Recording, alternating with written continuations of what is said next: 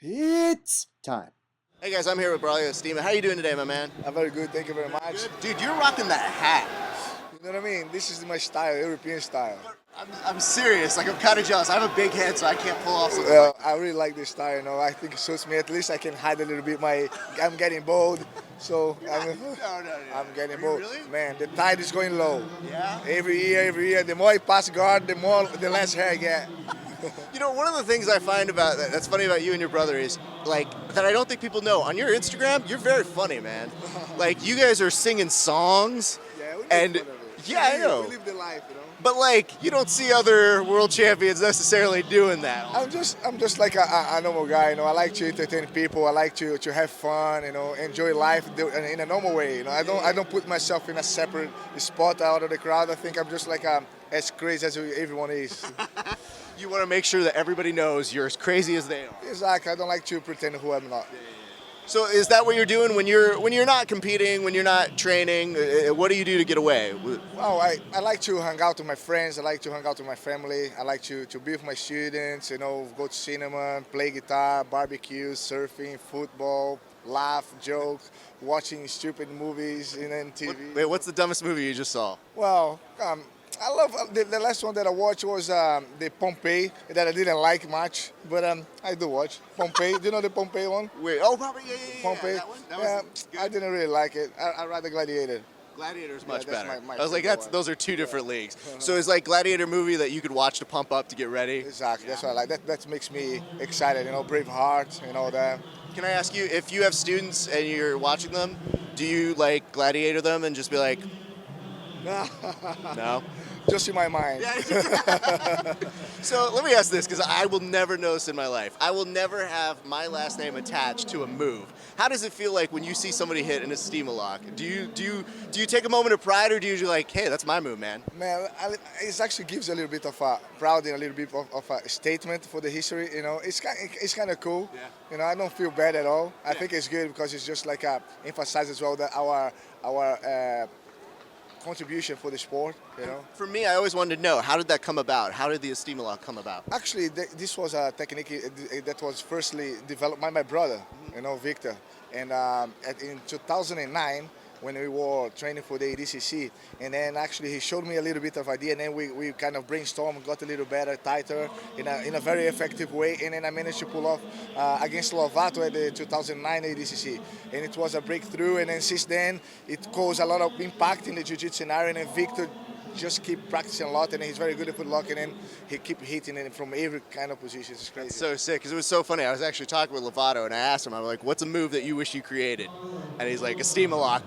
And I was like, damn, son, that's awesome. So credit to you guys. That's so awesome. Now tell me about this. Yesterday, you were basically master of ceremonies. How did that come about? They just put me on the spot, I didn't expect that. I was there looking, and I was really looking forward to watch the fights. And then when comes the time to announce the fighters, the guy was a little bit shy. Junior, the promoter, was trying to get someone that knew about the history. I said, oh, hey, Braulio's from the new generation. He might know about it.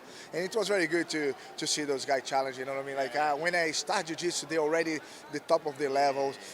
I grew up on my career, watch them fighting, inspired by them, and I see them fighting again yesterday. It was just like coming back in time, and it gives you a little bit even shivers around. Do you find your heart kind of starts pumping a little bit when you see this? Oh yes, it does, and it makes you remind a lot of the things that you kind of forget because of your normal day life and because of your own career. But when it puts you back a little bit on the feet on the ground, and just realize, man, if it wasn't those guys, I probably wouldn't even be here.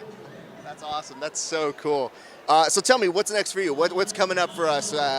Tournaments? What's competing wise happening? At the moment now, I'm focused on my career, on my academies, and I have a new academy that I open up in West Palm Beach in Florida. Awesome. I'm focused on my Estima in action, which is like a sharing all my techniques. As you have a shot booth over here. Yeah. And it's been very good feedback. A lot of people enjoy it because I have a lot of different sets like of concept tagging, which is some differential. And I want to invest more and more to spread a little bit more what I have created, how was my journey, and then share with the world in Jiu Jitsu how I evolved myself. in the sport, because a lot of people think, Braulio Estima is a world champion, is a black belt, he's Brazilian.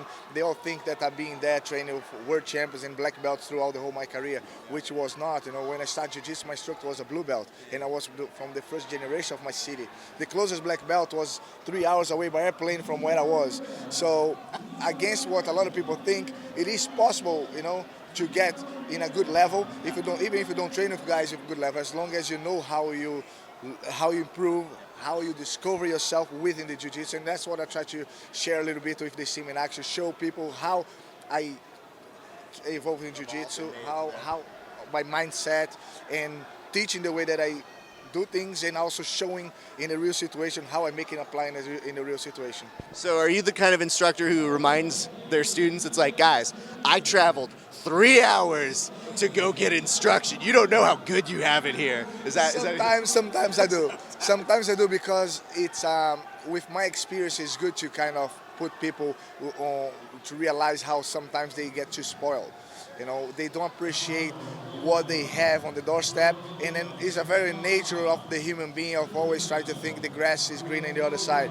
So I always like to point the situation so they kind of a little bit of a wake-up call. If you don't have someone to keep pulling yourself down, you just keep going up, right? So that's what I like to do, because when I teach in UK, it's me, that's my brother, and then Otavio, when first came as a brown belt, was there, and then there was like a Charles Negromonte, there is Roger Gracie, there's Lagarto, and then people just think, we are just normal black belts, but they don't appreciate the level of the black belt that they have. So I like to always to kind of point to, bro, listen, if I had one black belt in the same mat as me when I was a blue belt, I would be in heaven. Now you guys have 10 black belts in the same mat. That would be a dream come true. That's what you'd be like. I guess it's easy to win championships like that if you have all these people here.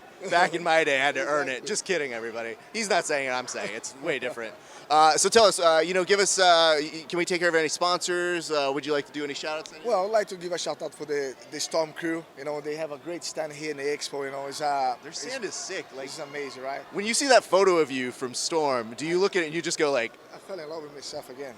I look at me and I said, oh my God, that must be the most good-looking BJJ fighter in the world. Henzo said the same. He did? Yeah, so I'm very much kind of believing it. I mean, if Henzo says it, I think it's kind of law. But yeah, let's give a shout out for the Storm Kimonos, which my sponsors being with me on the good and the bad, and always been supportive. This team in action, Jacko Clothing also is my main sponsors. My team, Gracie Barra, and all my fans and all the everyone around. So I'm very happy guy, very fortunate guy that I can have my main sport and my hobby being my work, and I share and being here is just like one of my favorite days in the year. That's great stuff. You know what? I just want to take a moment to thank you for doing this with us. Always good stuff. I'm always entertained by this guy, not only on the mats but off of it. He's funny, dude. Who else just refers to themselves? High five! Oh, God. Well, I might take it down a little bit. No, I'm just kidding, dude. Really funny stuff. Thank you so much for doing it. Okay, bye. Keep it live here at verbaltapcast.com, you guys.